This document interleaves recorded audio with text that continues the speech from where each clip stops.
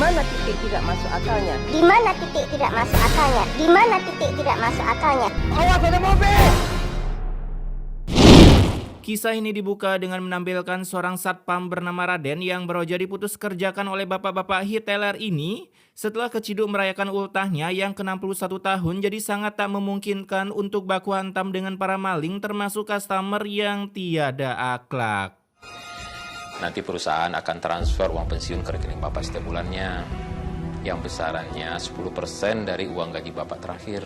Buset, 10% mana cukup pakai makan sebulan, oi. Paling banter makan nasi skin basic tiap hari sih.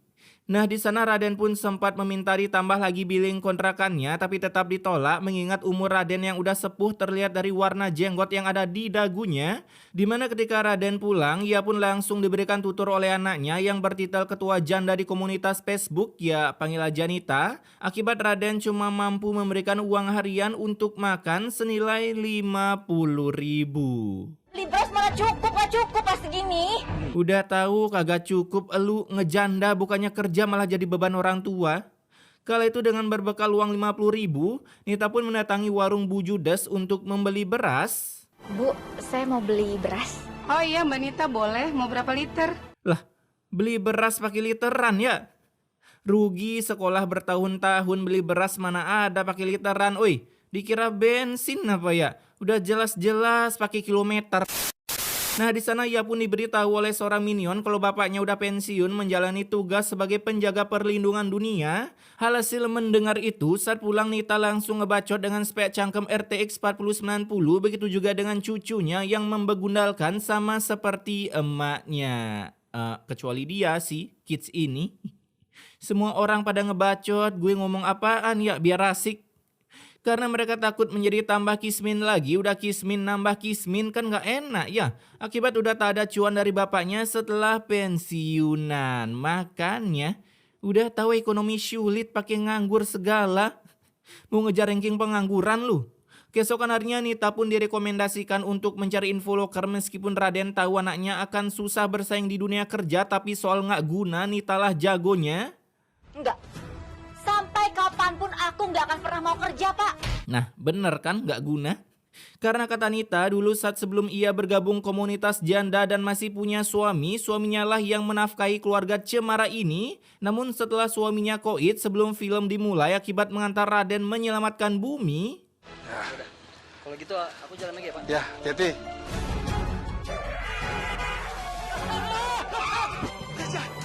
Aduh. Bisa-bisanya kecelakaan di gang perumahan sampai koit. Kini Raden lah yang harus bertanggung jawab mengingat suami Nita koit karena mengantar Raden. Yang nabrak siapa? Yang disalahin siapa? Oi. Terlebih lagi saat dua anaknya pulang sekolah dengan full senyum, begundal bernama Vera ini pun meminta hadiah ke emaknya yang ingin dibelikan HP Advan 15 Pro Max meskipun HP Nokia tan bantingnya masih bisa dipakai. Kenapa, Kak? Kan HP kakak masih bisa buat nelpon. Halu lah, kalau tiap kumpul sama teman-teman HP aku yang paling jadul, paling jelek. Inilah contoh gaya sosialita ekonomi BPJS. Di hari itu juga Raden yang mencoba mencari kerja, ia pun sempat menawari jasanya ke para minion kampung yang agak ngelek. Saya boleh gak Pak kerja dorong gerobak ini Pak? Waduh, kurang tahu saya, Pak. Lah, kan bapak yang punya gerobak. Melihat minion ini pinknya sangat merah, Raden pun kembali menyusuri jalan menawari dirinya jadi mekanik bengkel. Namun tetap ditolak karena Raden bukan orang titipan bos bengkel. Hingga saat sudah berjalan sekitaran ribuan sentimeter persegi, Raden pun melihat sebuah pertunjukan dari cosplayer ini yang tubuhnya bisa menyala dalam kegelapan. Sampai datanglah ide si Raden yang ingin join menjadi manusia silver. Kayaknya aku bisa dapat cukup banyak uang kalau jadi manusia silver. Gacor kagak, kena penyakit kulit iya. Itu pewarnanya bahaya pak. Duh, inget umur napa? Ketika manusia silver ini beristirahat, Raden pun mulai menganalisis tutorial cara menghilangkan cat di tubuh karena takutnya ia jadi manusia silver permanen. Sekarang saya udah tahu. Catnya ini harus beli di material ini. Ya iyalah pak, masa pakai tinta spidol? Setelah mengetahui gimana tutorial jadi manusia silver, Raden pun langsung pulang dengan wajah full senyum meskipun saat membuka tudung saji isinya kosong, di mana ia mengaku telah dapat kerja sebagai penjaga toko karena jika jujur ke anaknya bisa menyebabkan kata-kata kebun binatang keluar dari cangkemnya. Nah, keesokan harinya saat Raden mau berangkat kerja, datanglah si begundal Vera ke sana untuk mengejutkan jantung bapaknya, kakeknya. Kek, pokoknya kakek harus janji ya kakek beliin Vera HP. Apa susahnya sih, Pak? Ngebeliin cucu sendiri handphone? Bapaknya lah, beli mah gampang, tinggal bayar. Duitnya yang susah, blok. Hasil mendengar itu, Raden cuma bisa bilang yang sabar ya nak. Lalu lokot dari rumah untuk memulai job barunya sebagai manusia silver. Sedangkan saat Vera baru berangkat sekolah, ia pun mengeluh soal HP jadulnya. Widih, kayak iPhone 7 Plus atau 8 Plus cuy. Hingga dari kejauhan datanglah preman yang langsung menilap HP tersebut. Tapi kalian tahu gimana tanggapan Vera? Kok Jamretnya nggak dikejar? Ya udahlah, lagian HP-nya juga udah jadul kan, ngapain sih harus dikejar? Mantap. Ini bocah kagak takut dilihat isi galeri fotonya apa ya? Nah, di tempat Raden, ia pun mulai membuat sebuah perubahan wujud manusia silver di mana ia mengecat kostum berwarna silver sehingga saat di lapangan bentukan Raden pun menjadi seperti ini. Ini lebih mirip patung pahlawan cuy. Bersama Raden siap mengusir penjajah. Kagak mau kena penyakit kulit ya solusinya cat aja pakaiannya jadi warna silver, iya kan? Hari itu juga Raden pun tentunya langsung gacor parah karena para warga dengan senang hati memberikan cuannya. Tapi ketika selesai mengilper, datanglah seorang preman mantan tikus berdasi yang menilap cuan-cuan Raden dengan konsep berbagi pendapatan, si preman 90% sedangkan Raden 10%. Bang. Nih, tuh, gue masih baik sama lo.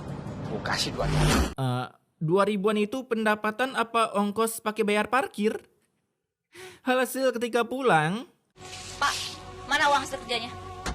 bapaknya lo ngaku jadi penjaga toko. Sejak kapan penjaga toko gajinya harian? Raden pun menyerahkan uang 2.000-an itu yang pastinya langsung terkena cocot oleh Nita. Begitu juga dengan cucunya yang datang-datang minta HP baru setelah HP-nya dijamret oleh Haya Maling.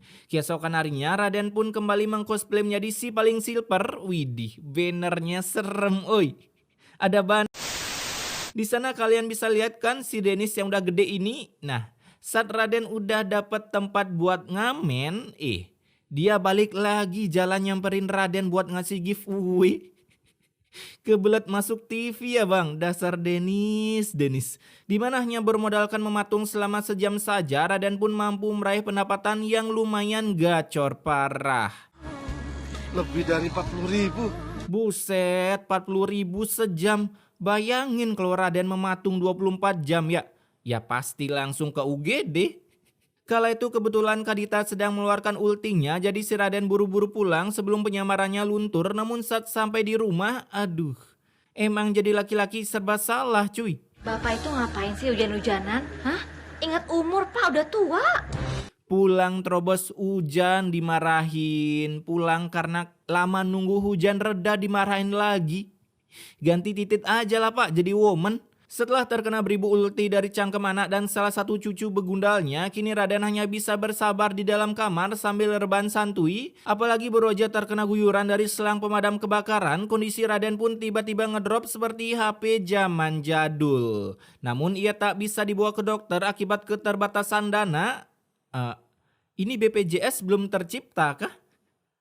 Oh iya, katanya Raden dapat uang pensiunan kok gak pernah kelihatan ya? Apa jangan-jangan ditilep juga? Soalnya kan udah jadi hal yang lumrah di negeri Wakanda. Nah saat hari berganti skin, kondisi badan Raden belum juga membaik hingga ia tak bisa bekerja mengsilperkan di hari ini. Sedangkan Nita ketika belanja, para minion pun mulai bertanya-tanya di mana sekarang Raden bekerja mengingat skill baku hantamnya dengan maling sudah memudar. Nita, kakek Herman kerja di mana? Kok nggak pernah kelihatan? Biasain aja kali gimmick wajahnya. Tegang amat lu kayak fans MU. Namun setelah mendengar statement dari Nita kalau wanita tak boleh bekerja meskipun keadaan menuntut untuk bekerja, para mama di sana langsung menyerang Nita menggunakan opininya masing-masing hingga Nita terkena mental lalu mengurungkan niatnya membeli sayur. Dikasih motivasi buat berubah, malah nyari cobaan ya gini. Beberapa hari pun berlalu, Raden yang udah sehat walafiat, ia pun mencoba kembali kerja meskipun cucunya berniat membantunya. Tapi karena memiliki sebuah rahasia yaitu job sebagai manusia silver, Raden pun menolak dibantu sehingga cucunya terpaksa mengikutinya dari belakang. Bu, tolong dong bu. Ini lagi syuting loh. Bisa-bisanya malah ngerekam di luar rumah, oi. Kebiasaan mama penghuni story Facebook ya gini. Di sana cucunya bernama Tata pun melihat kakeknya sedang hunting HP di konter, menanyakan berapa harga HP zaman now ke karyawan sana. Ada bapak yang ini tapi sekitar 2,5 sampai 5 juta ya Pak. Kalau yang murah bekas juga nggak apa-apa, ada nggak Mbak? Ada sih Pak, tapi kualitasnya agak rendahan. Kualitasnya agak rendahan cuy, tinggal bilang HP kentang aja sulit amat mbak. Setelah hunting HP, kini Raden mengambil alat-alat cosplayernya yang tergantung di taman. Bisa-bisanya ngegantung perlengkapan nyilper di taman.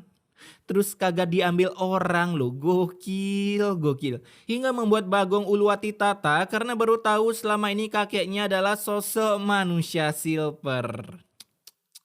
Lihat kakek-kakek gini demi cucu nggak tega gua cuy. Hari itu juga Raden mulai menyilperkan di lampu merah dan tentunya menjadi pusat perhatian para ngabers yang ingin melanggar lampu lalu lintas tapi lupa beli immortal. Dimana baru aja berpose, para minion langsung memberikan giveaway-nya ke Raden termasuk si Dennis juga yang kembali hadir menggebe pahalanya di sana. Kelihatan banget kru film ini orang. Kala itu selesai menyilperkan, Raden pun melihat seorang bocil yang sedang dalam bahaya hingga sebuah kejadian tidak masuk akal pun langsung terjadi.